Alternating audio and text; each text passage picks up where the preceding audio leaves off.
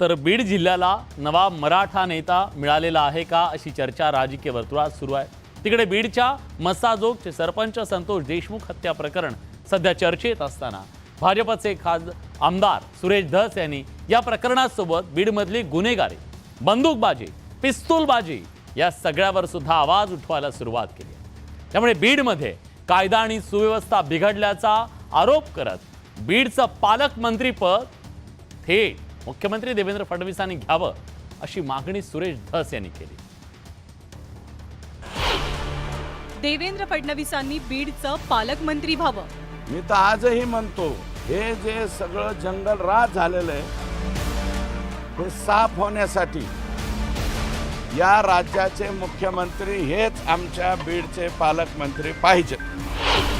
सुरेश धस यांचा अर्ज म्हणून एक स्पेशल केस म्हणून मी आर्जव म्हणतोय। आर्जव आर्त किंकाळी किंवा भीक मागतो म्हणा, झोळी पसरून त्यांच्या पुढे भीक मागतो की आमच्या जिल्ह्याचे पालकमंत्री तुम्हीच व्हा। देवेंद्र फडणवीस होणार का बीडचे पालकमंत्री? मस्साजोगचे सरपंच संतोष देशमुखांचं हत्या प्रकरण राज्यभरात चर्चेत आहे। या हत्या प्रकरणाची गंभीर दखल घेत राज्याच्या मुख्यमंत्र्यांनी सीआयडी पथकांना आदेश दिले। या सीआयडी पथकाकडून तपासही वेगाने सुरू झालाय। याच पार्श्वभूमीवर सुरेश धस यांनी बीडच्या पालकमंत्री पदाबाबत एक मोठी मागणी केली। अजूनही लोकांना वाटतं हे पालकमंत्री होतात का काय, कशाला दुश्मनक्या घ्यायच्या, पण मी नाही घाबरत। ते पालकमंत्री कोणी हो अथवा नाही हो, मी तर आजही म्हणतो, हे जे सगळं जंगल राज झालेलं आहे हे साफ होण्यासाठी या राज्याचे मुख्यमंत्री हेच आमच्या बीडचे पालकमंत्री पाहिजेत। बीड जिल्ह्याचे पालकमंत्री देवेंद्र फडणवीस साहेब स्पेशल केस म्हणून झाले पाहिजे। बीडमधील कायदा आणि सुव्यवस्थेची परिस्थिती बिघडल्याचा आरोप करत ही परिस्थिती सुधारण्यासाठी राज्याचे मुख्यमंत्री आणि गृहमंत्री देवेंद्र फडणवीसांनी बीडचं पालकमंत्री पद घ्यावं असा अर्ज सुरेश धस यांनी केलाय।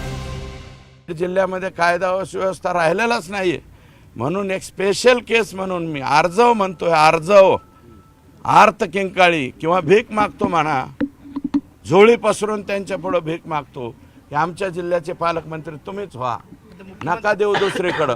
विशेष बाब म्हणून ते एकदा विशेष बाब म्हणून गडचिरोली साहेबांनी घेतलेली होती। मला टेक्निकली सुद्धा माहिती आहे, मी 5व्या टर्मचा आमदार आहे। यापूर्वी धस यांच्यासह बीडमधल्या अनेक लोकप्रतिनिधींनी फडणवीसांनी बीडचं पालकमंत्रीपद घ्यावं अशी मागणी केली होती।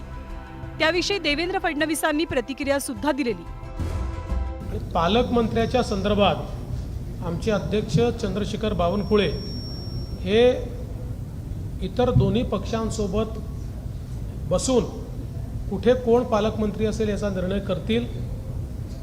ते जो निर्णय करतील तो मला मान्य असेल। त्यांनी मला बीडला जायला सांगितलं, बीडला देखील जाईल, किंवा त्यांनी जिथे जायला सांगितलं तिथे जाईल।